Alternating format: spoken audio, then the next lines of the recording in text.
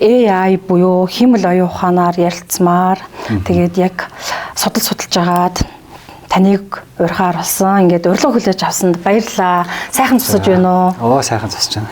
Надад бас урилга өгсөн та бүхэнд бас баярлалаа.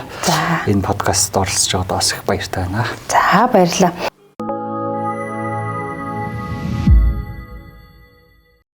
Шинжилгээ ухааны технологийн их сургууль гэж байдаг. Манай бас л урдаа ярддаг томоохон сургуулиудын нэг. Энэ сургуулийн тэнхмийн за ялангуяа таны нэг онцлог байгаа штэ. Хиймэл оюуны хөтөлбөр гэж тийм ээ. Энэ төсөл хөтөлбөрийг хариуцдаг дэд профессор нь. Тэгэхээр яг эхлээд нөгөө сонин сайхан хуваалцдаг учраас хоёулаа бас танай тэнхм, танай энэ хөтөлбөрийн хүрээнд энэ жил ер нь хэрэг сонин сайхантай байв. 2026 он гарснаас хойш. За манайхд ер нь бол 2020 оноос бол хиймэл оюуны инженер бол бэлдэж эхэлсэн. Одоо 3 дахь төгсөлтөө бол энэ саяхан төгсөж байж байгаа. 2026 он гарснаас хойш бол биднээс нөгөө эрдэмшилгээний хурал тэмцээн уралдаан гэх мэтлэн хүүхдүүд бол оюутан залуучууд бол ерөөд бол тэмцээн уралдаанд оролцоод дөрүүлээд явж байгаа. Тэгээс энэ хавар төгссөн хүүхдүүдийн тоог нь хараад 20 гаруй гэж ойлгосон зүг. Тэгээд энийг яг одоогийн ингээд юугаар бол та яг өөрөө энэ юг хариуцж байгаа хүний хувьд энэ 20 гаруй гэдэг тоо цөөдхүү. Надад бол арай цөөн бит. Гэхдээ энэ цөөн гэдэг нь хоёр зүйл байгаа юм л да. Нэг нь болохоор тухайн хүүхдүүд сонирхгүй байна уу? Эсвэл танах албаар ерөөсөө юм цөөн одоо нэг чанартай бэлтгэхийн тулд цөөн хүүхд авдаг юм уу? Одооноос бол хүүхдүүд л сонирхож эхэлж байгаа. Нэгдүгээр курсын хүүхдүүд бол 65 хүүхэд элсэж орсон байгаа. Тэгээ манай сургууль бол нөгөө нэг дээшээ анги тусам ерөнхийдөө бол хүүхдүүд бас нөгөө хичээл өдөр дээрээ унах ч юм уу тиймэрхүү тохиолдлууд гараад нэг 20-од хүүхэд бол шалгарч үлдээд төгсөж байгаа гэсэн. Саяны төгсөлт бол ерөнхийдөө 40-од хүүхэд бол анх элсэж орсон. Тэгээд нэг 20 хүүхэд нь төгсөж байгаа л гэсэн. Ийм баримжаатай байна да. Сонирхохын хувьд бол хүүхдүүд бол их сонирхож байгаа. Гэхдээ бас дахиад нэг өөр өнцгөөс бас хараад ах шиг байгаа. Ерөнхийдөө бол нэг промпт бичих ч юм уу, юм хийлгэх ч юм уу, тиймэрхүү гэж сонирхож орж ирж байгаа. Манай мэргэжил бол ерөнхийдөө бол AI доторх тэр моделийг бол эхнээс нь бичих, датагаа бэлдэх гэх мэтлээ ерөнхийдөө бол нарийн бүтцлүүн орж ажилладаг учраас нэлээд гүн гүнзгий орж мэргэсэн инженеруудыг аль бэлтгэдэг байгаа. Жишээлбэл гэрээсээ ютубч гэдэг юм уу одоо энэ сошиал сувгууд хөгжиж байгаа үед бараг тэр эхний шатны анхан шатны гэж ярих уу одоо тэр хөдөлгөх тийм юм л ингээд бараг гэртээ хийчихэд байгаа байхгүй юу. Гэтэл яг юм сургуулийн 4 жил ингэ сурах хоёрын ялгаа байна уу гэж би асуух гэжсэн. Тэгэхээр энэ дээр та жоохон дэлгэрүүлээд үнэхээр байгаа гэдгийг жишээ авах юм бол одоо ChatGPT ч юм уу хамгийн энгийн жишээ нь бол тэрэн дээр бол нэг промпт буюу нэг өгүүлбэр бичээд гаргахад бол тэнд бол Монгол ChatGPT бол монгол хүмүүс хөгжүүлээгүй учраас монгол бичиж байгаа тэр кирилл үсгнүүдийг бол үсэг үсгээр нь оруулж гаргадаг байгаа. Тэнгүүд тэрэн дээр бол маш их процесс буюу одоо жишээ нэг токеныг боловсруулахад юуныхаа тоогоор моделийнхаа параметрийн тоогоор боловсруулалт хийгддэг байж байгаа. Жишээ нэг токен орлоо гэх юм бол моделийн параметр нь 2 билион параметртэй байх юм бол нэг ойролцоогоор 3.6-аас 4 билион процесс явагдана гэсэн.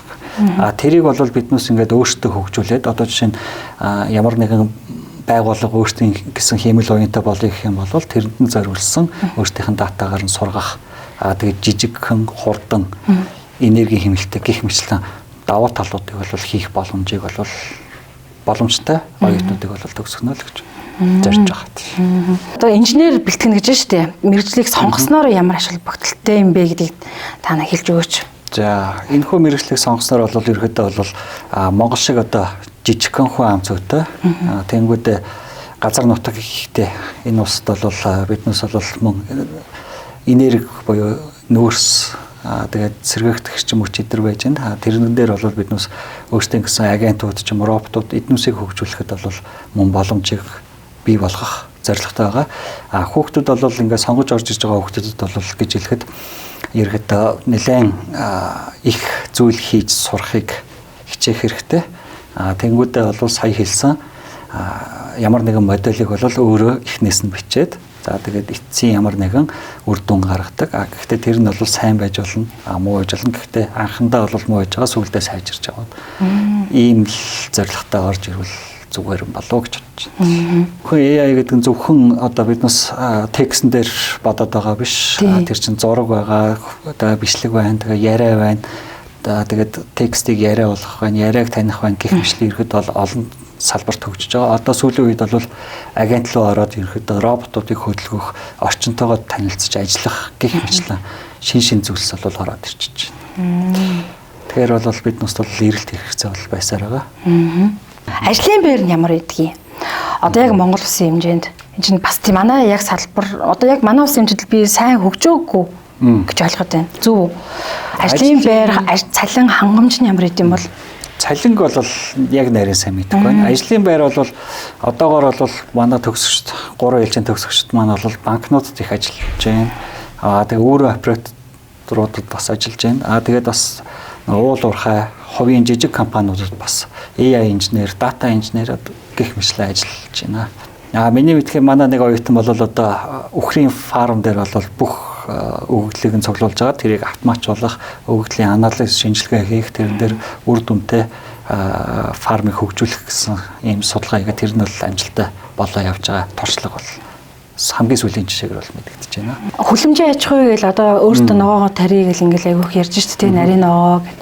Яг энэ рүү тийм AI инженерүүд ер нь яаж бэлтгэдэг тийм боломжууд байгаа юу? Боломж бол байгаа. Ургацыг хураах, за тэгээд нөгөө нэг одоо иш навч ногоог бол ангилах, за зөв ургач нь эсвэл шаарлсан байна уу ч юм уу тийм. Мөн одоо нөгөө нэг үр жимсийг бол ангилах, болжуу, боловсржуу гэх мэтлэн боловсрсан бол юм байна. Ямар нэгэн өвчин гарсан бол одоо юу гэх тохирох бордоо шим тэжээлийг өгөх ч юм уу. Ийм тал дээр бол ажиллах боломжтой байгаа жижиг зүйл дээр. Гадны улсууд бол бүр хиймэл гар хийцэн тэгээд хөлөмж дундуур яваад ургацаа хураагаад явж яадаг тийм жишээнүүдийг бол харж ирсэн. Газар тариалан дээр бол одоо цэцгийг таад харсан бах цэцэгний өвчин болоод тэрэн дээр ямар бордоо, ямар тэжээл дутуу байна тэрийг бол шууд гаргаж өгч байгаа. Тэгэхээр ургамлын хувьд бол одоо ямар ч асуудалгүй болчиход байгаа шүү гэлээ. Яг хүнс хөлөмжийн ч юм уу хүнсний технологийн хувьд бол фарм дээр бол бас мэдээж нэг жоохон пропаганда маягийн тий одоо ч ургамал хурааж байгаа робот дээр бас нэг үүсгэсэн юм шиг харагдаад байгаа нөхцлүүд бий. Яг ингээд бодит ингээд худалдаанд зарагдаж байгаа тийм робот байна уу гэхээр бас хэд гарч ирэх бол бас сайн мэдэхгүй байна. Гар бол байдаг. Мэдээж нэг машин хийж байгаа гар гэж байгаа. Тэрэнд л биднээс шин зүйл заа сургаал ургамалтай харьцах, хураалтаа хийх иймэрхүү зүйлсээ бол хийх боломжтой. Мэдээж биднээс хамгийн түрүүнд бол ашиг төлөвийн коэффициент гэдэг зүйлээ л хүн хийсэн, робот хийсэн хоёрын ялгаа аль нь илүү ашигтай вэ гэдгийг л харах хэрэгтэй болно гэсэн. Монголын нөхцөлд бол мэдээж робот нь илүү болчиход байна. Шинэ одоо миний сонссноор бол хаасаг бол ажил бол байгаад байна. Гэхдээ хүүхдүүд ирэхгүй байна гэдэг байгаа. Тэр тал дээр бол биднээс яг хэлээд байгаа робот агентуудыг хөгжүүлэх юм болов гэж бодож байна. Тэгээ AI гэдэг асуудал руу орё. Би яагаад ингэж AI буюу одоо нэг хиймэл оюун ухаан гэдэг үгийг авч ячаад байгаа юм уу? Ер нь зүгээр хиймэл оюун гэж ярих нь зөв юм уу? Хиймэл оюун ухаан гэж дэлгэрэнгүй ярих нь зөв юм уу? Хиймэл оюун ухаан гэхлээр хоёр оюунтай зүйл болчиход. Тэгээд шинжлэх ухааны академид иргэдэх Монгол хэл зүй хүрээлэн баха. За. Тэндээс бол хуралдаад тэгээд хиймэл оюун ухаан биш хиймэл оюун гэдэг нэршил нь хамгийн зөв юм байна гэдэг үр дүн гарсан байсан түрүү жил. Дэлхийн аль оронд одоо хамгийн их илүү хүчтэй хөгжиж байна. Аз эсвэл Америк одоо аль тал руу? За ерөнхийдөө бол одоо харахад бол Аз талдаа бол ерөнхийдөө open source тал руугаа орох гээд ерөнхийдөө бусад инженерүүдээр хөгжүүлэх, нээлттэй ихт тавих Америк талд байгаа. Европууд бол ер нь нэг жоохон хоригдсан, азансан байдалтай байж байгаа шиг байна. Эхлээд хууль зүйн, эрх зүйн орчноо хөгжүүлчихээ тэрний дараа яг одоо хэрэгжилж эхэлцгээе гэсэн байр суурьтай ах шиг байгаа. Америкт бол ерөөд нэлээд олон компаниуд байж байна. Биднээс мэддэг ChatGPT, Cloud гэх мэтлэн зөндөө олон компаниуд байгаа. Одоогийн өнцгөөс харахад бол Европ буюу одоо барууны тал, Америк тал бол одоо жоохон давмгаалсан үзүүлэлттэй байж байна. Азиудаа бол DeepSeek бол ерөнхийдөө 2 жилийн өмнө бол соёлоод гарч ирсэн.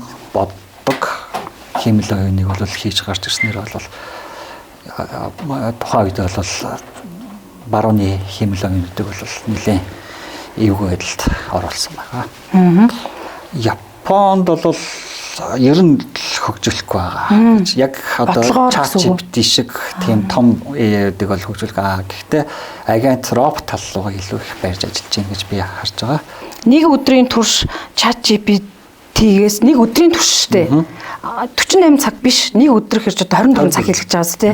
24 цагийн туршид орж гараад мэдээлэл аваад хахад 150 сая литр ус гэдэг байгаа байхгүй. Нэг өдрийн турш AI мэдээлэл авахд одоо хиймэл оюунаас те нэг өдрийн туршид мэдээлэл авахд 3 тэрбум литр ус гэдэг байгаа. Энэ эхнийх нь нөгөө 150 сая нь болохоор ChatGPT-гээс нөгөөх нь болохоор AI хиймэл оюунаар одоо ямар л өөрийнх нь ямар юу тэгээд тэр нь 3 тэрбум литр ус гэдэг. Зөвхөн нэг зургийг янзлахад гэж байгаа байхгүй юу? AI-аар янзлахад 3 литр ус гэдэг байгаа байхгүй. Энэ бол ерөөхдөө хиймэл оюуныг ашиглахад бол ийм хэмжээний энерги зарцуулна гэж гарч ирж байгаа. Тэрийг ингээд ус руу хөрвүүлүүл ийм болов гэж тооцоолж гаргаж байгаа. Түүнээс яг хиймэл оюунаар бол биднээс яг усыг ингээд үгүй болгодог юм бол байхгүй. Жишээнд энергиэр бол биднээс ChatGPT-гээс нэг промпт өчгöd бол 3 литр гэсэн. 3 литр ус зарцуулж ийн гэдэг байгаа боловч тэр нь бол цаана 3 литр усыг одоо боловсруулах хэмжээний киловатт энергийг зарцуулж байгаа. Ер нь бол их хэмжээний энерги зарцуулж байгаа.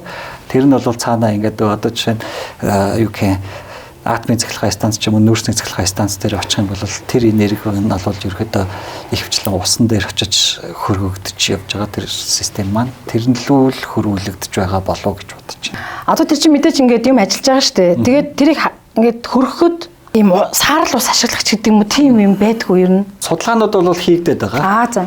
Тэгээ яг хаа саарл ус маань бол бас хими элемент байж магадгүй. Тэгэхээр нэг одоо хөргөөгчөө одоо байнга цэвэрлэх шаардлагатай болох байх гэж бодож.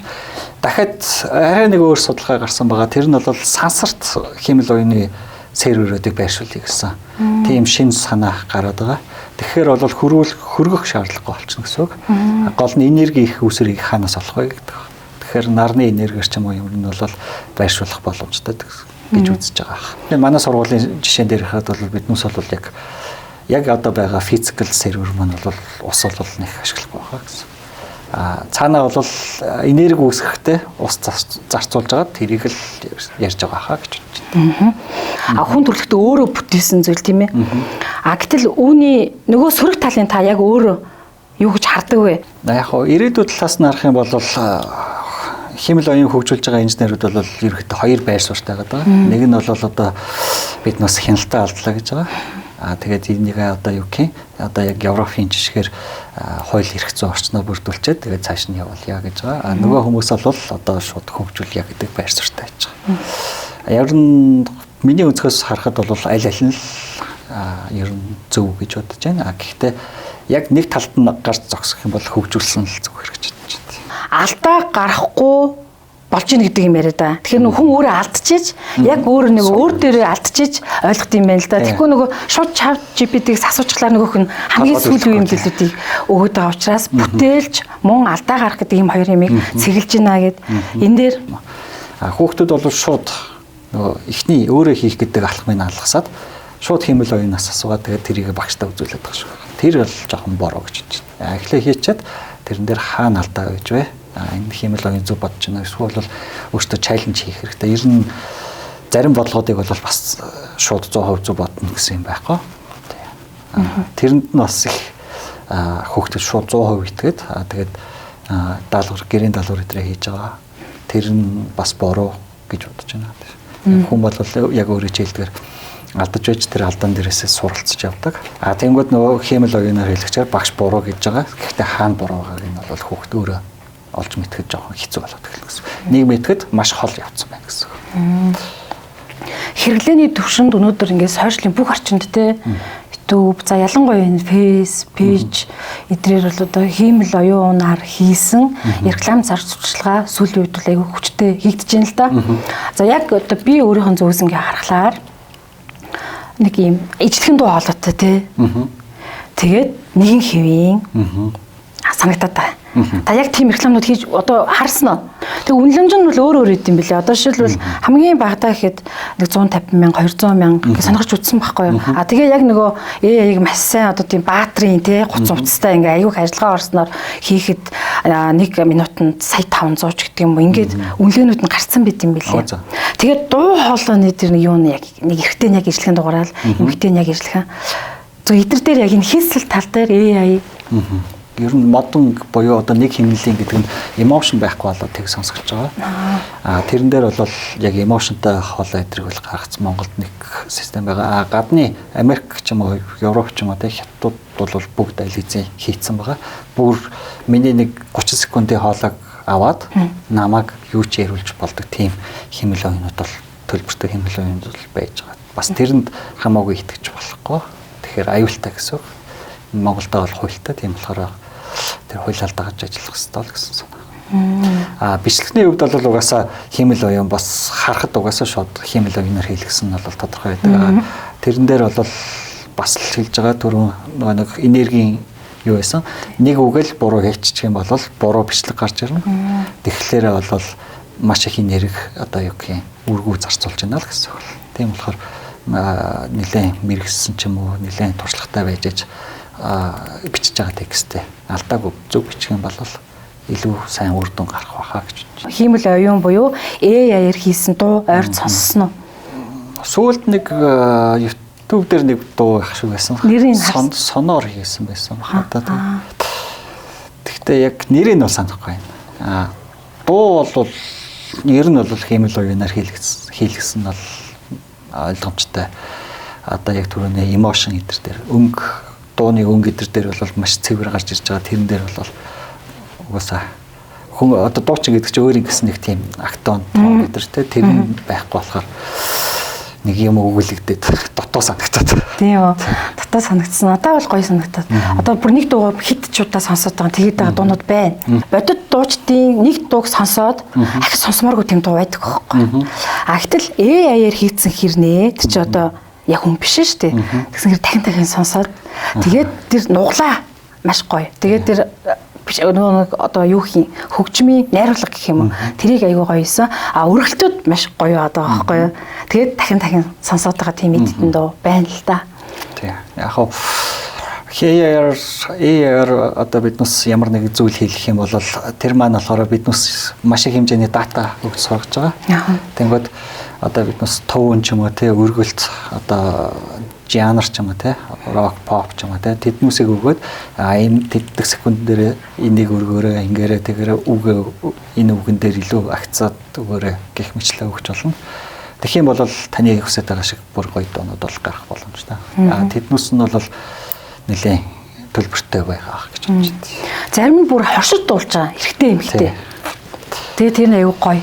Тэгээд анхны нэг гарч исэн дуунууд нэг үг нэг юм сони хэлэдсэн шүү дээ. Тэр нь яг нэг таны дөрвөр нийлээд байгаа зарим өгөө дутуу бичсэн ч гэдэг юм тэрнтэй холбоотой юм байна те. Гэтэл сүүлд яг ингээд 1 сарын өмнө 2 сарын өмнө гарсан дуунууд үгээ яг бүтэн зүү хэлээд байгаа байхгүй. Ер нь байнга сайжруулга одоо түрүү жил гэхэд л ямар байв те. Түрүү жил гэхэд дөнгөж математик бодуулах жишээ нь байсан чи одоо гэд жилийн дараа шал өөр болчихлоо. Тэгэхээр ер нь бидэд бас энэ шинжлэх ухааны технологийн салбарт байгаа хүмүүс бол түүнийг хурдыг үүсгэж бас их нэлээд чармаалтай ажиллаж байна. Ер нь бол өдөр болгон шин хэмэл оюунууд гарч ирж байна. Тэгээд шин талбарууд нээгдэж байна. Тэгээд урд нь бол одоо муу чанартай байсан зүйлс бол маш сайн болоод нэг 3 сарын дараа л шинжлэхтэй гараад ирэх жишээ нь.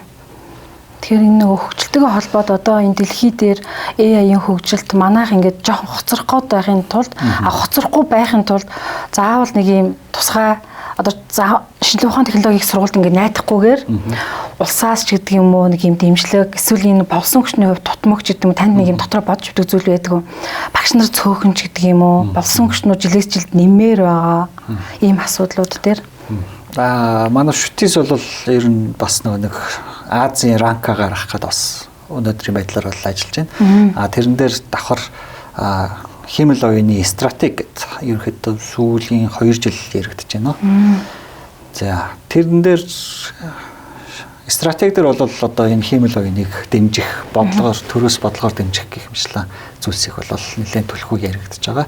Мөн R&D буюу нэг research and development талдаа бол хөгжүүлэлтүүдийг хэрэгжүүлэх үе шаттай алхмуудыг авна гэсэн зүйлс бол бас яригдж байгаа. Тэр стратеги гэхдээ батлагдах нь чухал юм байна тий. Тэгэл хэрэгжих нь аюул чухал юм байна шүү дээ. Эхлэх нь чухал гэсэн. Энэ нөгөө Америк тал руугаа одоо ингээл хүчтэй хөгжиж гэнэ гэл ингээд ярьж байгаа шүү дээ. Ер нь энэ хятад тал руугаа урагшаа за тэгээ нөгөө Орос хойшоо гэл ингээл энэ тал руугаа одоо ер нь хэр хөгжиж байгаа.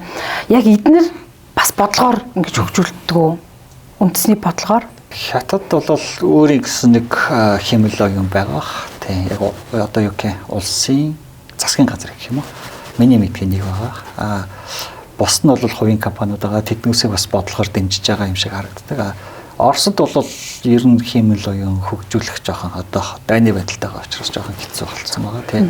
Гэхдээ сая 4 жил нөө 9 сард Бородын их сургуулиас судлаач багш нар ирж хамтарч ажилласан. Тэрэн дээр бол зураг, эмнэлгийн зураг гэх мэтлэн химэл оюунууд бас хөгжүүлж байгаа байсан. Бүр цаашаа Санкт-Петербург, Москва эдэрт бол ямар хөгжилтэй байгааг бол биднээс одоохондоо мэдэхгүй байна. AI буюу химэл оюуныг цаашаа хэдэн жил үргэлжлэх. Хэвээ нөгөө хөгжил нь хаа хүрэхийг хинч одоо үл тааж мэднэ. Гэт энэ яг энэ шиг юм хүмүүст ингээд уулзаа докторууд ч гэсэн хэлэхээр тэгдэм билээ. Яг хаа хүрэхийг мэдэхгүй гэж. Тэгээ нөгөө AI ер нь хүн төрөлхтний эсрэг юм хийх вэ. За бидний энэ цаг үед биш юм аа гэхэд 2000 оноос хойш 2020 оноос хойш гэдэг юм уу нэг ирээдүйд тий. Тэгэхээр ийм айд танд байдгүй. Надад бол тэр Терминатор за сүүлд хийгдсэн хит хитэн кинодуудыг тод санаж байгаа Меган байна тий. Яг нэг юм хүний эсрэг. Хууль эрх зүйн орчноо бүрдүүлчихэд тэгээд хэрэгжүүлье гэсэн хүмүүс байгаа гэдгсэн. Ерөнхийдөө тэр хүн болохоор Жофри Хинтон гэсэн одоо түрүү жил Нобелийн шагнал авсан хүн байгаа. Тэр хүн бол ер нь бол биднес энэ интернетэд үүсгэж байгаа датан дээр жоохон анализ хийж хяналттай байхгүй болохгүй гэж үзээд байгаа. Өөрөөр хэлбэл тэр химэл оюуныг сургаж байгаа зүйл нь биднүүсийн тэр үүсгэж байгаа дата. Тэр дата ерөнхийдөө одоо хар байна уу ч юм уу те цагаан байна уу? Одоо жишээ нь сайн байна уу муу байна уу ч юм уу? Эсвэл хүнд хортой байна уу? Хөнөөлгүй байна уу ч юм уу? Гэх тал дээр эхлээд хүмүүс өөрсдөө хөгжцгөөё. Тэгснийхаа дараа энэ химэл оюунуудаа хөгжүүлье гэсэн тийм байр суурьтай байгаа гэсэн. Тэрэнд бол би ижил байр суурьтай байгаа. Тэр нь бол мэдээж биднээс бол юу гэн түүнийг хурааж авна гэдэг шиг ямар датагаар тухайн химэл оюуныг сургана. Тэр тийм л одоо ухамсартай химэл оюун гарч ирнэ гэсэн. Тэгэхээр бол бас биднээс одоо энэ интернетэд үүсгэж байгаа датанууд бол ер нь одоо сайн тал руугаа чиглэж байхгүй бол ирээдүйдээ таны хүсэж байгаа бас замлууч явчих магадгүй. Ер нь сүүлд бас нэг бичлэг үзчихсэн. Тэрэн дээр бол нэг 13 ийм алгоритмаар явхад хамгийн ихэнд бол тэр таны нэг хүн төрөлхтнийг устгах гэдэг тэр байр суурьлаа орно гэж хүмүүс үзсэн байлээ. Тэгээ эцсийн шат нь бол мэдээж нэг биднүүсийн хүсэж байгаа яг хүнтэй хамтарч ажилладаг тийм ухамсарт химэл оюунууд гэдэг. Ер нь бол биднээс тийшээ чиглэж явж байгаа. Гэхдээ алдахгүйгээр тэр 10 өмнөх 12 шатанд нь алдчихгүй шиг тийшээ очих л зорилготой байна да. Тэгээ нөгөө дайн байлдаантай орнууд ч гэдэг юм уу нэг геополитик тий стрийн хүрээнд ингээд энийг буруугаар ашиглавал маш аюултай юм байна тий. Буруу. Тэгээ ер нь цаавар энэ Хятад болон Америк хоёр бол бас хүмүүсийн үзэж байгаа өнцгөнд бол хоорондоо ингээд засгийн газрууд бас нууцаар химэл оюунууд хөгжүүлж байгаа мэдээж үгүйсэхгүй шүү дээ. Одоо бол Fable 5 гэдэг түрүү 7 хоногт гарч байгаа шиг болсон тий. Тэр бол нэг даалгавар өгөхөд 105 агент үүсгэж байгаад тэгээд даалгаврыг хийж хэлээ. Тэгэхээр бол миний одоогийн харж байгаа өнцгөр бол тэр засгийн газрын тэр агентууд бол нэг 400 500 агент үүсгэж байгаад тусдаа жижиг агентууд үүсгэж, ботууд үүсгэж байгаа тэгээд даалгавруудаа хийж байгаа байх уу гэж бодож байна. Тэр агентын тоо жишээ нь 4,000 5,000 болоод эхлэх юм бол биднээс дотор нь юу болж байгааг мэдэх байлаад эхэлж байна. Тэр л биднээсээ хамгийн гол айдас байгаа даа шүү. Дрон байгаа шүү дээ. Дрон тэгээд одоо энүүгээр одоо нэг AI-тай холбоод буруугаар тийм яах тийм нөхцлүүд байж болцсохгүй юу? Тэр дорооныг удирдах байгаа хиймэл оюун гэдэг нь бол зураг харна гэсэн. Тэр зургийг харж байгаа процессор гэх юм бол тэр бол нэлээд хүнд жинтэй зүйл болох хэвээр болно. Мөн батарейтай болох хэвээр болно. Тэгэхээр зөвхөн дороонд ирэх юм бол нэлээд том дороонд гарч ирэх гэдэг шүү. Зөвхөн AI-тай дороо гэх юм. Одоогийн байдлаар бол нэг дайн л орох гэдэг шүү. Дайнд ашиглаж байгаа бол ер нь цаанаа одоо систем одоо стримээ сүлжээгээр явуулаад тэрийг нь удирдлагын сигналын буцаад дороо руу шийдэж байгаа тийм л процесс явагдаж байгаа. Тэр нь одоо бол яг бүрэн сайн болцсон. Яг 100% удирддаг болсон юм байхгүй. Одоогийн байдлаар бол зүгээр нэг цэг хатгаж өгөөд тэр цэг дээр очиж, тэр цэг дээр очиж, тэр цэг дээр очиод зураг ав гэдэг тийм байна. Тиймэрхүү төрөлтэй л байгаа гэсэн. За ингээд таны прогнозор ер нь ирээдүйн 10 мэргэжлийг нэрлэж гэвэл та нэрлэж чадах уу? Яг зөвхөн өөрийн чинь. Яагаад би ингэж асуух гээд байгаа гэхээр одоо нэг 10 жилийн өмнө ч гэдэг юм 15 жилийн өмнө мэргэжил сонголт өөр байсан тий. Одоо компьютер графикч гэдэг юм уу? Байсан шүү дээ. Гэтэл одоо баг хэрэггүй болчихлоо шүү дээ. Яар шууд ингээл хийчихэж. Тэгэхээр одоо ингээд яг тэр үед одоос 10-аас 15 жилийн өмнө хэрэгтэй байсан мэргэжлүүд одоо баг үгүй болоод байгаа байхгүй юу? Тэгэхээр яг өнөөдрөөс цааш ирээдүйн 10-аас 15 жилд одоо нэг чинь бас нөгөө хүүхдүүд одоо ингээл биднийг харжлаа гэхэд мэргэжил сонголтоо хийх гэсэн хэрэгтэй ирнэ. Ямар 10 мэргэжил төвчлөх бол үүнд нөгөө AI хиймэл оюун чинь нөлөөлөх үү? Ер нь түрүү жилийн нэг судалгааг харсан чинь нөлөөлөхөр байсан. Нэг 73 мэргэжил бусдад 400 эдэн шинэ мэргэжил гаргаж ирэх юм байна гэсэн прогноз байсан. Гэхдээ тэрийг бол би бас тэрэнд бат итгэлтэй биш байна. Миний харж байгаа өнцгөр бол ер нь хүний гараар бүтдэг уур ухаан шаарддаг тиймэрхүү ажлын байрууд бол байсаар л байна. Тэрэн дээр нэмэх нь одоо туслах хөгжүүлэгч гэдэг мэргэжил ерөөдөө байхгүй болчих гээд байгаа шиг байна. Ер нь бол код хөгжүүлдэг. Гэхдээ нэлээд сеньор буюу одоо ахлах хөгжүүлэгч гэдэг хүмүүс бол байх нь бол тодорхой. Тэр чинь кодоо бичиж тэр кодыг бол өөрөө мэдэж шалгана гэсэн. Одоогийн байдлаар бол хиймэл яг ганцаараа 100% хийждэг системүүд бол бас ховор. Тийм.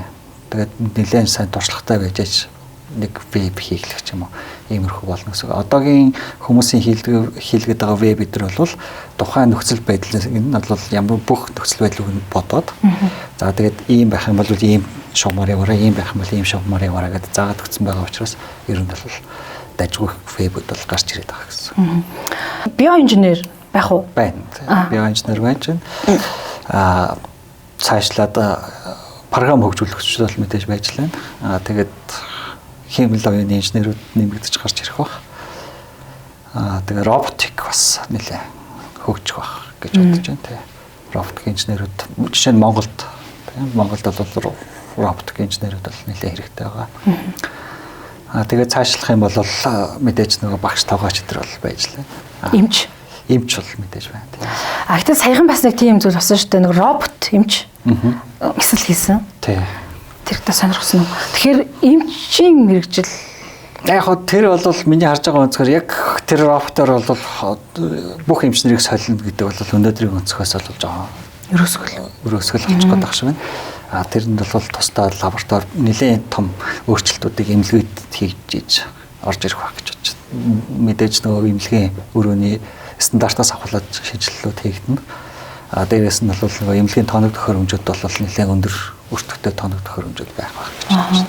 Тийм учраас эмчийн мэргэжил бол Монголд дэлхийн түвшинд одоо байхгүй болох өнцөг бол нэг 40-50 жилийн дараа юм болов уу гэж харж байна. Тэгэхээр бас болоог байна тий. Гэтэл нөгөө одоо ингээл за хэдийн 2-3 жил өмнөөс яригдал байгаа л да. Одоо ер нь ирээдүйд банкны тейлэр гэдэг мөрөжл огт байхгүй болно. Дэлгүүрийн худалдагч одоо байхгүй болж байгаа. Эхнээсээ ер нь байхгүй болж байгаа шүү дээ. Шууд өөрсдөө ингээл уншлал манад л байгаад байгаа тий. За тэгээ өөр таны мэдж байгаагаар ер нь ирээдүйд за бүр нэг амар хол 40 50 гэж яриха болъё л да 10-аас 20 жилийн дотор байхгүй болох мөрөжлүүд яг таны яг прогнозлж байгаа. За байхгүй болох мэргэжил гэх юм бол багш нар байхгүй болчих гээд байгаа шиг тийм. Тэгээ багш нар заадаг багш нар байхгүй болчих гэж байна. Багш нар байхгүй болчих гээд байгаа шиг байна. Нэг за мэдээж нэг физикийг одоо нэг хүүхдүүдэд гараар барьж нүдэнд харагддаг тиймэрхүү зүйлсийг ордог жишээ нь уул уурхай байна, цахилгаан, энерги гэх мэтлэн зүйлс бол байж байгаа. Тэдгээр мэргэжлийн багш нар бол мөн байж байна. Код заах ч юм уу тийм. Жишээ нь дараагийнх нь бол одоо юу гэх эссе гэдэг ч одоо сэтгүүл зүй ч юм уу тиймэрхүү зүйлс Монгол хэл Монгол хэл шинжил ч юм уу тиймэрхүү зүйлслүү бол одоо ер нь бол ямар ч асуудалгүй орчуулга эдрийг бол хийждэг болчлоо. Тэгэхээр удахгүй орчуулагч ч юм уу тиймэрхүү мэргэжлүүд байхгүй болчих магадгүй. Тэгэхээр орчуулагч гэдэг мэргэжлүүд эвгүй л болж байгаа юм байна. Тий, ер нь бол орчуул. Одоо баг шууд YouTube-ийн бичлэгийг бол монголоор сонсох би боломж бол бий болцсон байгаа. Энэ дээр нөгөө кино зохиол бичдэг зохиолчд юу яах вэ? Одоо яг ингээ хүн чинь нөгөө өөрөө яруу найраг асуусан кино зохиол бичин, жүжигийн зохиол бичин яг эндээс ургаж бичиж байгаа шүү дээ. Гэтэл ChatGPT-гээр бас тэгээ зохиол бичиж хүмүүс байна л да. Зохиол дээр бол мэдээж нөгөө бүтээл сэтгэлгээ, шүүмжлэлч сэтгэлгээ тэднээс бол орж ирнэ л дээ. Тэгээ авиас бас авиас байна. Тэгээ мэдээж бас туршлага байна, амьдралын туршлага. Тэгээ бас хүмүүстэй харилцаж хүний туршлагыг бас найруулж бичнэ гэдэг чинь бас их авиас гэсэн. Тэгэхээр тэр тал дээр бол ирээдүйд байна. Тий, ирээдүй бол байгаа. Гэхдээ тэр олон хүмүүсийн мэдээллүүдийг нэгтгэх гэдэг чинь бас нэлээд бодох шаардлагатай болно гэсэн. Тэгээ одоохондоо бол зүгээр нэг жижигхэн текст өгөөд ч юм уу эсвэл нэг ном өгөх юм бол нэлээд бодно. Тэрийг уншаад тэрэн дээр ингээ анализ хий гэдэг шатн дээр бол нэлээд сайн болцсон байгаа. Энийг уншиж байгаа энд тохирсон энэний дүрийг ийм болгоод ингээд солиё гэвэл бас болж байгаа. Түүнээс биш яг хоосноос зохиол бичгэд бол нэлээд асуудалтай зохиолууд гарч ирж байгаа. Биднээс нөгөө бичлэг үсгэл харж байгаа шүү дээ. Нөгөө хүний царай нөөцлөлт хийх гэдэг шүү дээ. Тэгээ гар хөлн заримдаа дээр байж байгаа, заримдаа доошоо гинт шилжих гэх юм уу иймэрхүү дутагдлууд бол байж байгаа. Тэр нь бол мөн зохиол дээр ч гэсэн байна гэсэн. Одоо цаашдаа битгий ийм мэргэжлийг сонгоорой. Энэ бол ер нь ирээдүйд дэмий шүү гэдгэлж тийм мэргэжил байдаг уу? Баг. Одоо жишээлбэл багш болъё гэж байгаа. Тэр дэмий биш үү? Одоо багш байхгүй болж магадгүй гэсэн шүү дээ. Яг 73 мэргэжилтэнд бол нэгт нь багшлах шиг гэсэн. Багш бол одоохондоо Монголдо бол байж лээ тийм.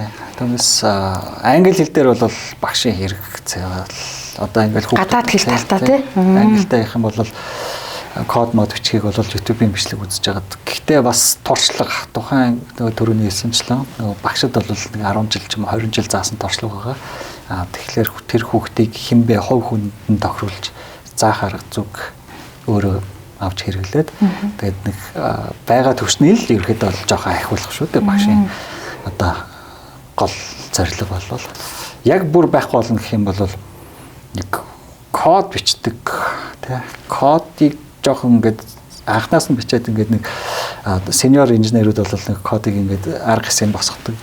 Тэр хүүхдүүд л ерөөхдөө жоохон ажилгүй болчих гээд байна гэсэн л үнцэг байна да. Тийм компьютер график бол яг ингээд одоо жишээ нь уран сайхны зураг эдэр авахад бас хүч хөдөлмөр их орно шүү дээ. Тэгэхээр тэр зургийг тухайн мэдрэмжийг тухайн зурган дээр очно гэдэг чинь бас их чухал. Тэгэхээр одоогийн бас үүсгэж байгаа зургууд бас яг тийм тэгж хэлэх яг одоо юу гэх юм сонгодог төвшинлөгөө бас очих арай болов. Кодын төвшин бол дахиад нэг нэмээд юм хэлэхэд бол одоо биднээс болохоор нэг ажил дээр гарч байгаа хүүхдүүдээс нэг 2 жилийн туршлага нэхэд идэг л да тийм. Тэнгүүд тэр нь болохоор ер нь хүүхдийг бол ажилдаа оруулаад одоо тухайн компани соёлд тохирсон код бичдэг хүүхд гаргахад л зориулагдаад байгаа тэр 2 жилийн туршлага байх шиг байна.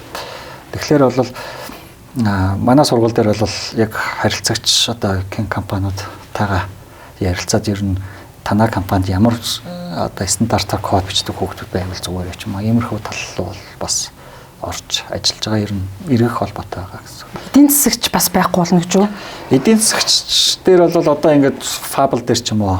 Одоо ер нь бол нөгөө нэг юу лээ?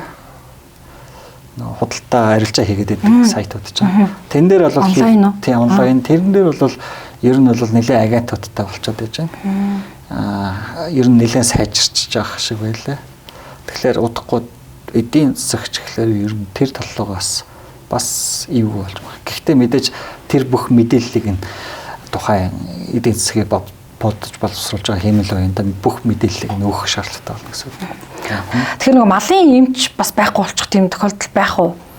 Өвдсөн мал бол угаасаа сүргээсээ бол тасраад ялгагдаад эхэлдэг. За тэрэн дээр бол жишээ нь биднээс ганц зургаар бол тухайн малыг бол өвчтөй энэ өвдсөн байна гэж хэлж чадахгүй. Тэгэхээр бүгдэн бичлэгэн дээр нь ажиллах шаардлагатай болно гэсэн.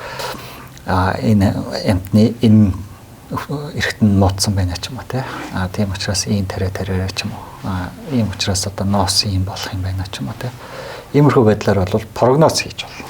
Түүнээс тийм байж магадгүй ингээд хэлж болохоос биш ер нь бол яг 100% шиг байхгүй юм байна тий. Тэгвэл 400 хэдэн мэргэжил бол үүсгэн гэж байгаа. Тэр нь бол биднээс олзуурах ба штэ. Гэхдээ энэ хиймэл оюун өөрөө хөгжөөд тэгэхээр тэр 400 хэдээ дахиад жоохон цаашаа харах юм бол тэр 400 хэдээс бас нэг 150 хавцааг нь үлдээх байсан. 300 хэдэн бас устгахаар тийм прогноз бас нэг судалгааны ажил дээр байсан. Гэхдээ яг энэ гэд гаргаад ирэхэд л нөгөө уул уурхаа ордууд штэ алт зис.